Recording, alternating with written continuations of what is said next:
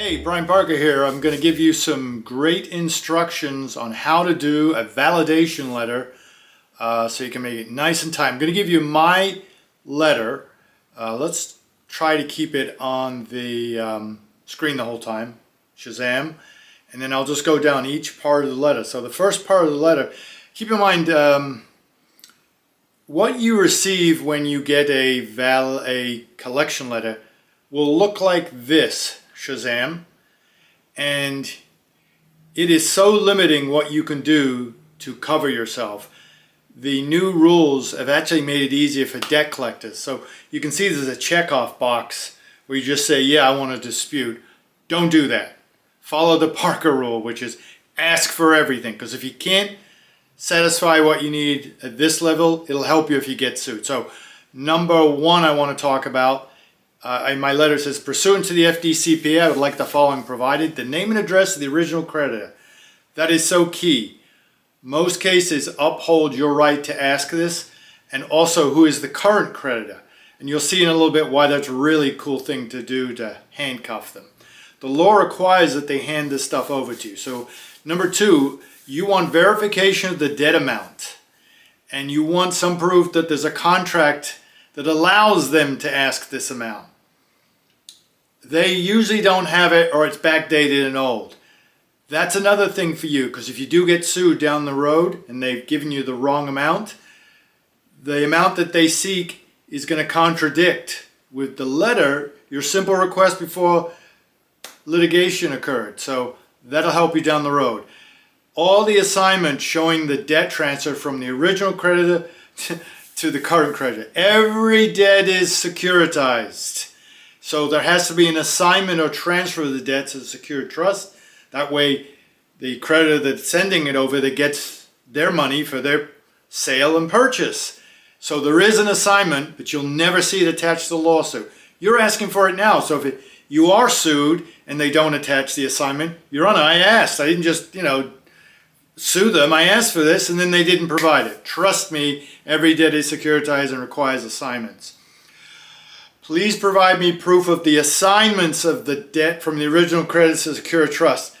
You not only want that, and you want to make a request for that in your letter, but the rules of secure trust, with the way they're set up, is that if there is a default, and that's why you get sued or get a debt collector chasing you, the secure trust is required to assign the debt back to the original creditor by rule.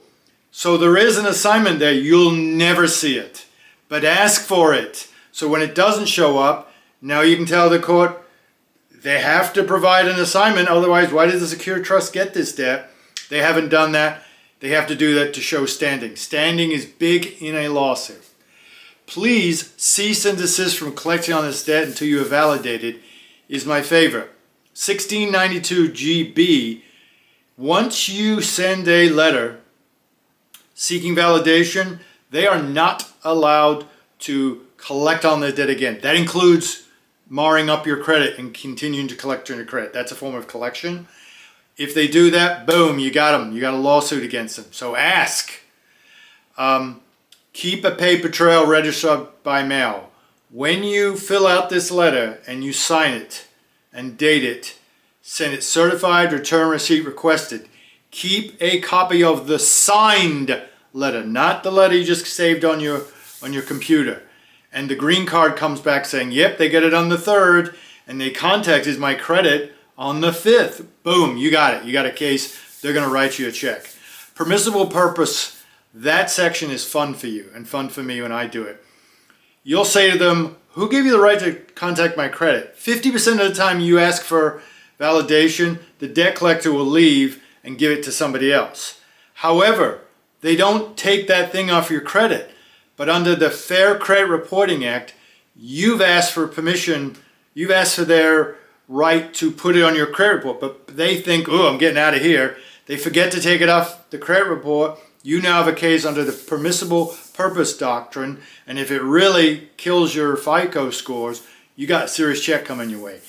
And that's a tricky thing you do. And also under the FDCPA, you have to have a legitimate reason to be on the credit. And if you didn't validate, then you didn't supply that reason. Even though legally you don't have to validate, debt collectors, you do have to respond to a permissible purpose request, which they never do.